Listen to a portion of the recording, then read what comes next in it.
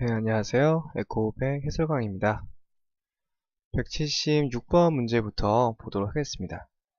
일단 전에 또 설명드린 내용과 좀 겹치게 되는데요. 한번 보도록 하겠습니다. 멤버드 파인딩에서 이제 어큐트하고 AR에 있는 상황이에요. 지금 문제가 있는 쪽이 에올틱 밸브가 되겠죠. 지금 봤을 때 조기 에올틱 밸브가 어떻게 열릴 것인가 닫힐 것인가를 물어보는 문제라고 간단하게 좀 파악을 해볼 수가 있겠습니다. 엠모드 파인딩 상에서 AR에 있게 되고 문제가 있는 쪽은 먼저 열려지게 되겠죠. 정답은 D번으로 간단하게 풀어볼 수 있겠습니다. 물론 뭐 사이클을 챙겨보고 그림 다 보면서 일일이 구분해서 보는 법도 있겠지만 간단하게 법칙을 기억하시면 보다 더 오래 기억할 수 있고요. 문제풀이도 좀 속도가 좀 빠르게 진행될 수가 있겠죠. 다음 문제 마찬가지로 이어서 보도록 하겠습니다. 지금 보시는 에올틱 역류가 마찬가지로 있는데 관련되지 않는 것을 찾는 거예요. AR에 있으니까 먼저 에올틱 밸브는 먼저 열리겠죠. B번은 일단 맞는 보기고 반대쪽은 먼저 닫히겠죠. 그래서 마이트라 밸브도 먼저 닫히기 때문에 맞는 보기입니다. 봤을 때 뭐 리버스 도밍이란 표현 기억나시죠? 엔테리어 마이트라 밸브 리플렛의 도밍도 관찰될 수가 있고요. C번 보시면 이제 마이트라 밸브가 먼저 열려진다. 이 부분은 관련이 없는 보기이기 때문에 C번을 정답으로 볼 수 있겠습니다. 일단 기본적으로 실제 문제를 접할 때 A부터 D번까지 있으면은 두 가지가 상반되는 보기가 있을 수 있어요. 그럼 대부분 그 둘 중 하나가 정답일 수밖에 없습니다. 지금 A번 보면 그게 다 똑같고요. C번도 마찬가지인데 가운데 이것만 다르게 되죠. 근데 만약에 이제 이 A번과 C번 이외에 B번과 D번 보기를 선택했다면 좀 이제 문제 푸는 요령의 스킬이 조금 더 요구되는 그런 상황이라고 볼 수가 있겠습니다. 따라서 이 두 가지 중에 꼭 정답을 선택할 수밖에 없겠죠. 둘 중이 너무나 상반되는 얘기이기 때문에 이런 부분들도 잘 파악하시는 것이 좋겠습니다. 다음 178번 보도록 할게요. 이제 마이트라 밸브에서 들어오는 이제 펄스 웨이브를 측정한 건데요. 보통 우리가 알고 있는 마이트랄 펄스 웨이브는 이런 식으로 이제 EAB가 나타나는 것이 일반적입니다. 그래서 두 가지 LCO가 1보다는 큰 게 정상적인 상황이 되겠죠. 봤을 때 좀 심각한 에올틱 역류가 있을 때 어떤 그레이드의 파형이 들어오는지 문제예요. 정상적인 파형이고 반대로 이렇게 돌아가는 게 그레이드 1 이런 식으로 되게 되죠. 어떻게 되는지 한번 보도록 하겠습니다. 자, 우리가 기본적으로 알아야 될 것은 지금 역류가 생겼을 때 생기는 내부적인 변화들이에요. 여러 번 설명드린 적이 있는데 보통 혈액이 잘 들어가다가 레프트 벤트리클 이런 식으로 들어가다가 다시 되돌아오는 상황이죠. 되돌아와서 레프트 벤트리클에 영향을 주고 있습니다. 결과적으로 이제 레프트 벤트리클에 혈액이 많이 있어요. 많이 있게 되고 여기 있는 프레셔, 압력이 점차 올라가게 됩니다. 그러면 이제 혈액의 흐름 자체가 원래 이렇게 와줘야 되는데 여기에 압력이 올라가는 거예요. 계속해서 역류 혈액이 들어오기 때문에 그러다 보니까 여기 문이 빨리 닫히게 되겠죠. 그러면 혈액이 정상적으로 두 번 들어올 게 아니라 한 번 빠르게 쭉 들어오고 맙니다. 근데 두 번의 파형에 들어올 필요가 없겠죠. 이미 이쪽에 압력이 증가되어 있기 때문에. 따라서 파형 자체의 모양이 이제 제한성 파형이 들어올 수 있게 되겠습니다. 그래서 이런 식으로 급격하게 2파가 나오게 되고 A파는 아주 작거나 없는 상태까지도 나타날 수가 있겠습니다.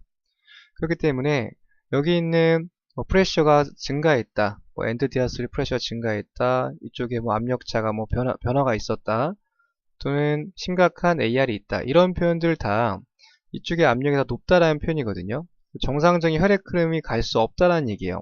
그렇기 때문에 순간적으로 넣어주고 그냥 많은 제한적인 파형이 나타날 수가 있겠습니다.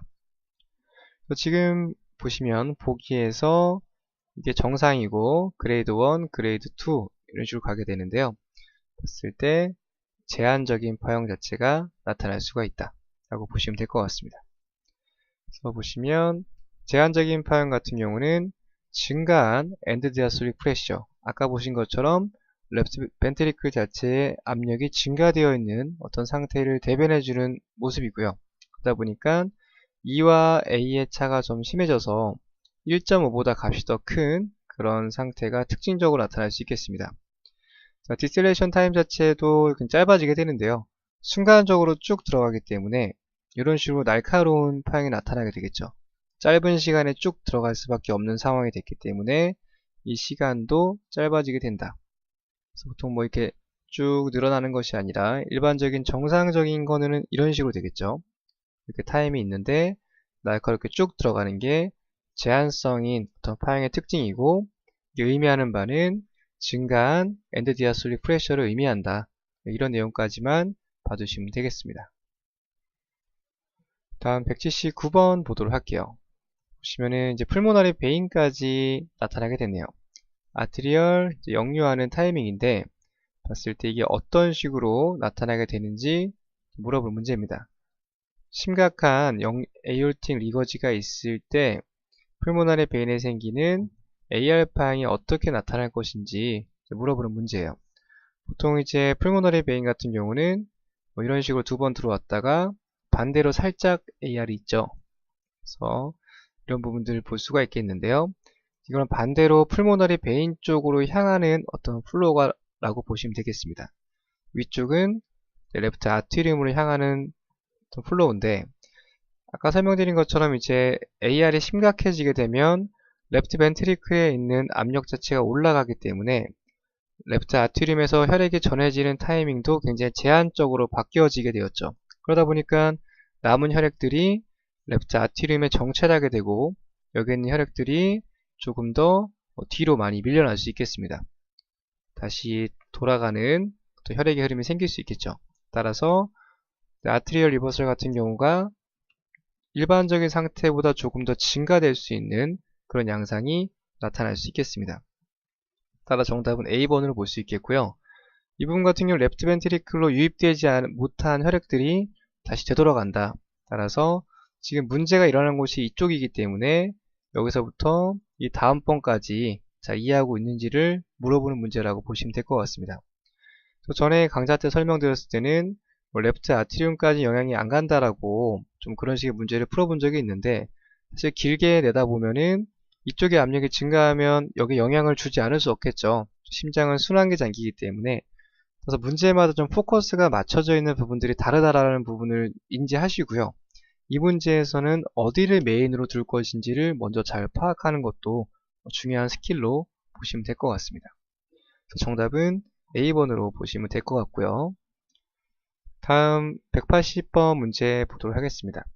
또 심각한 에이올틱 역류가 있는 상태에서 컨티뉴를 사용해서 진단하는 방법인데, 컨티 도플러를 사용했을 때 보통 사용되는 어떤 인자로 보기 어려운 것은 이라는 문제가 되겠습니다.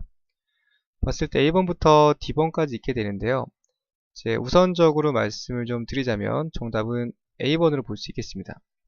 보통 이제 피크 벨로시티, 맥스 벨로시티의 개념 자체에서 먼저 조금 말씀 좀 드릴게요. 이 부분 같은 경우는 보통 단순하게 생각을 해보면 레프트 벤트리클에서 그리고 에이올타가 있습니다. 두 가지의 혈액의 흐름이 있었을 때 여기 P1이라고 하고 P2라고 했을 때 얻게 되는 이 두 가지의 어떤 압력의 차이인 거죠. 그래서 이 속도로 얻게 되는 것은 어떤 질병에 대한 어떤 그레이드를 평가하기보다는 단순하게 P1과 P2의 어떤 압력 차이를 대변해주는 수치입니다. 그래서 압력 차가 좀 심하다, 이 정도의 어떤 전반적인 정보만 제공을 하는 것이고요. 이 값만 가지고 역류의 심각도를 따져보기에는 물론 이제 임상에서 이런 부분들을 많이 참고하긴 하지만 정량적인 데이터로 만들기는 조금 본질적으로 차이가 있다는 것이죠. 단순히 압력차를 나타내주는 인자라고 보시면 될 것 같습니다. 그래서 이런 속도 측정만 가지고는 한계가 있고요. 나머지 같은 경우는 이제 프레셔 업 타임이라든지 이런 표현들을 먼저 좀 설명 좀 드릴게요. 여기서는 보통 먼저 감별해야 될 것이 역류와 협착의 도플러 파형입니다. 역류와 협착 같은 경우, 자, 역류 같은 경우는 이제 협착부터 설명을 드릴게요.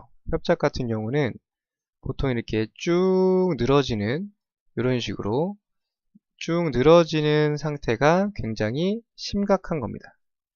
심각한 상태. 역류 같은 경우는 쭉 뻗어나가서 이렇게 날카로워지는 상태. 이게 심각한 거예요. 따라서 이 두 가지를 표현하는 느낌이 좀 다른데, 만약에 프레셔 업 타임이라고 해서 압력이 반감되는 시간을 나타내는 어떤 문제가 나왔을 때, 이런 식으로 협착 같은 경우는 심각할수록 쭉 늘어나죠. 압력이 여기서 절반으로 가는 시간이 깁니다. 반면에 이제 여기는 공간 좁죠. 그래서 압력이 반감되는 여러 가지 시간들이 짧아지게 되겠죠.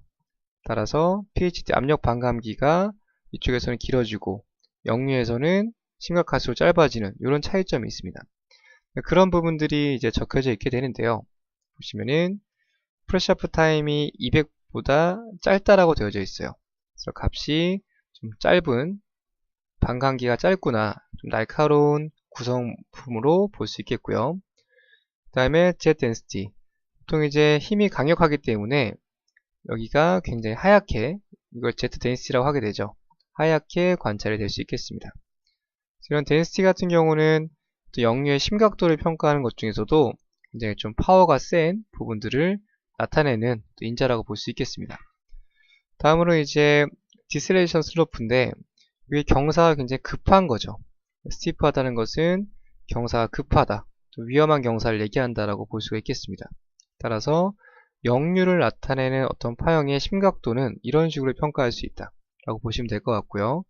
만약에 이제 협착을 나타내는 심각도를 나타낼 때는 표현자가 좀 바뀌겠죠. 다시 한번 해보면 프레셔 업 타임은 길어지고 디셀레이션 슬로프는 굉장히 완만해지겠죠. 완만해지고 덴시 같은 경우는 비슷할 거예요. 어차피 그 압력에 따라 바뀌는 거기 때문에 어쨌든 협착과 역류의 도플러 파형의 차이점을 잘 아시는 것이 중요하다라고 보시면 될 것 같고요. 그 다음에 이제 맥스 벨로시 같은 경우는 역류의 심각도를 대별한다기보다는 각각 이 챔버의 압력 차이를 속도화시켜서 만들어주는 어떤 개념이라고 보시면 될 것 같습니다.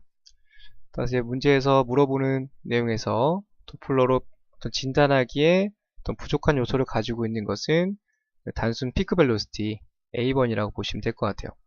그래서 문제 풀다 보면은 계속 접하게 되는데, 물론 실제 임상에서는 최고 속도 평가해서 단순 개선을 평가하는 방법이 익숙해서 그럴 수 있는데, 문제에서 물어보는 개념들과는 조금 차이가 있습니다. 그렇기 때문에 각각 문제와 문제풀이와 임상이 100% 일치하지 않는다는 점, 또 그런 부분도 또 시험의 특징이라는 것도 같이 좀 봐주시면 될 것 같습니다. 네, 이렇게 해서 강의 마치겠습니다. 다음 시간에 뵙겠습니다. 감사합니다.